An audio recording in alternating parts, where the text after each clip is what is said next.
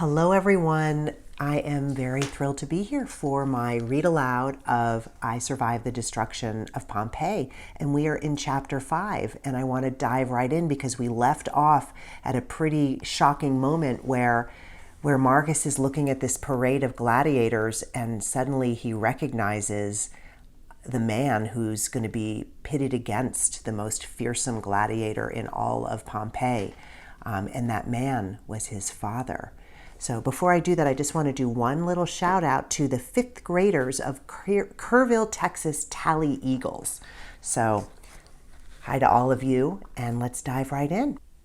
And we're at chapter 5. Here we go.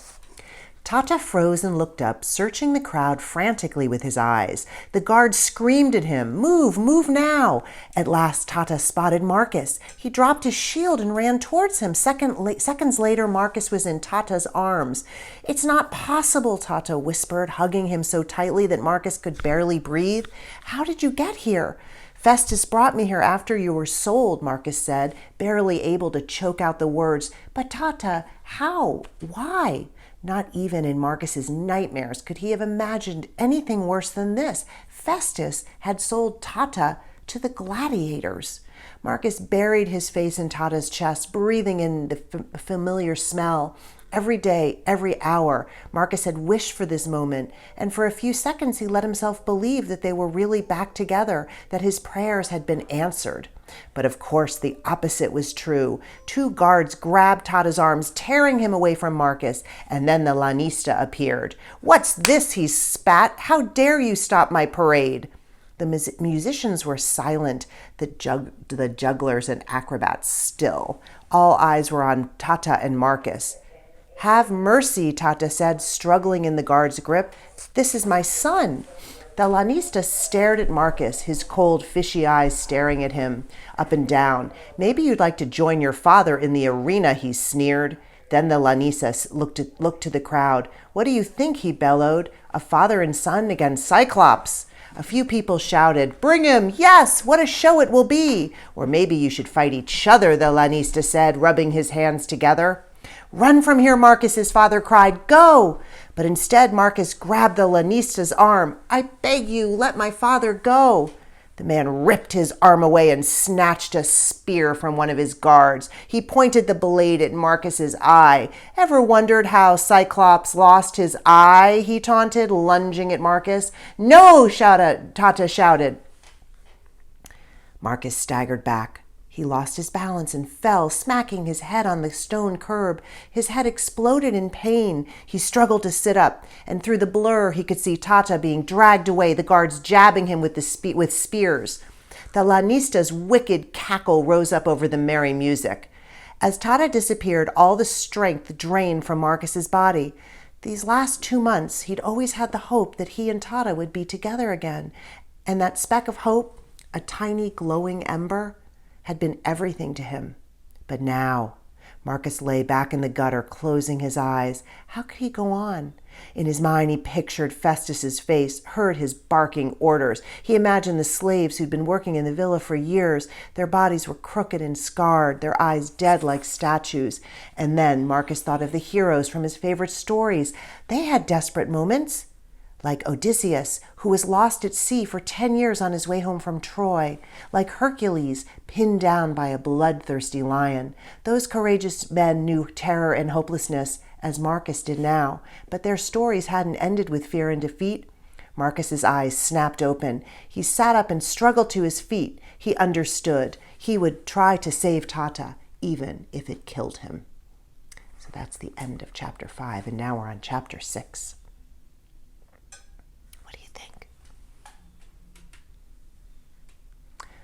Marcus went to the fountain and splashed cool water on his face. He didn't have much time. Soon the parade would reach the gladiator barracks and Tata would be locked away. The barracks was like a prison with high stone walls and a towering iron gate. Marcus had heard that the fighters were locked in dark cells, their arms and legs shackled until it was time to fight. Once Tata was in the barracks, it would be too late. Somehow Marcus had to steal Tata away from the parade. But how?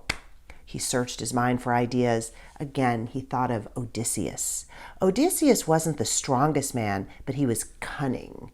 There had come a low point in the Trojan War when the Greek armies had Troy surrounded, but they could not break through the massive wall that encircled the city.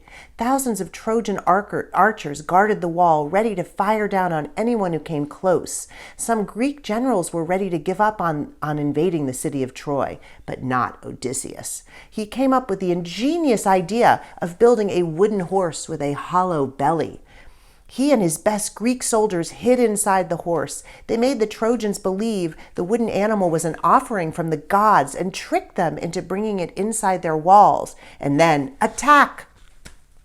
In the dead of night, Odysseus and the hidden soldiers snuck out of the horse and opened the gates. The Greek soldiers smashed the Trojan army and conquered the city. Marcus searched around. All he saw was the laundry bag lying where he dropped it. But wait. The idea flashed into Marcus's mind, and before he could talk himself out of it, he had ripped the sack open and was rummaging through Festus's clothes. He grabbed a toga, a robe woven from the finest wool and edged in purple ribbon. Marcus couldn't build himself a wooden horse, but he could ride and hide in Festus's toga, disguise himself as an important Roman citizen. Marcus threw it around himself, covering his old tunic. The toga stank of rotten food, old wine, and Festus's sweat. Marcus fought back his nausea as he wrapped the endless stretch of fabric around his body, finally draping the loose end over his shoulder. He straightened his shoulders. The toga dragged on the ground a bit, but it would have to do. Marcus spat into his hands and flattened his hair to his forehead, the style of a rich son of Rome. Now he just needed a weapon, something to scare the guards so he and Tata could escape. Once again, the answer was right in front of him on the sidewalk: the snake charmer. Somehow the old man was dozing with the basket at his feet. Marcus crept up, kneeled, and snatched the basket. The old man was awake in a flash, hollering after him, "Stop him! Stop that thief!" Marcus darted through the crowd, one hand firmly on the lid of the basket. He was terrified that the lid would fly off, that the cobra would spring out and sink its fangs into Marcus's neck. He could feel the snake hissing ferociously, banging its body against the sides of the flimsy basket. Marcus's heart pounded, his legs wobbled, his mind swirled with fear, but somehow he kept himself moving until he caught up with the parade. The music had stopped and the lanista was unlocking the gates of the gladiator barracks. Marcus was almost out of time, and he would have just one chance. So that is the end. I'm leaving you on a little bit of a cliffhanger. Do you know what a cliffhanger is? I think you do. And I'll be back tomorrow.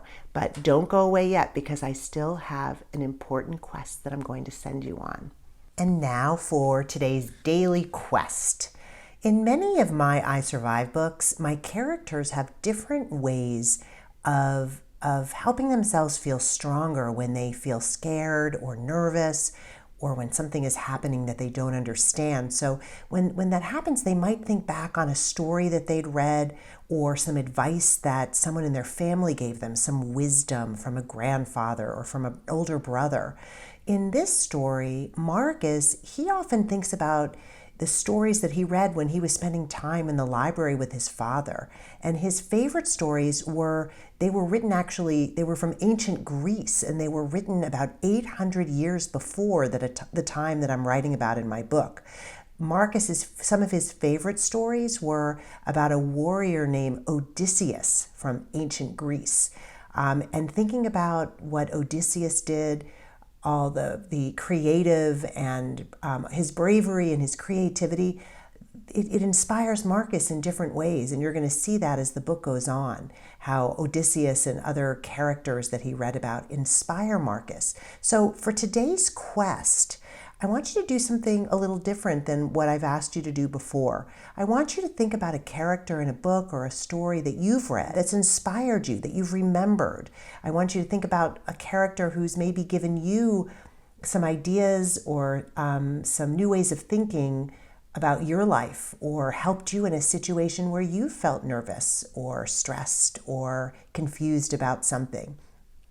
And then once you've thought about that, I want you to write a letter to that character. It doesn't have to be a long letter, but just write a letter explaining to that character what you learned from them. Pretend they're a real person and tell them the ways that that character has inspired you. And then use some examples from the story that you read to help that character understand the ways that he or she has inspired you. I just think it's really interesting to think about these things. I do that a lot of times when I'm reading. I love to connect what I'm reading to my life.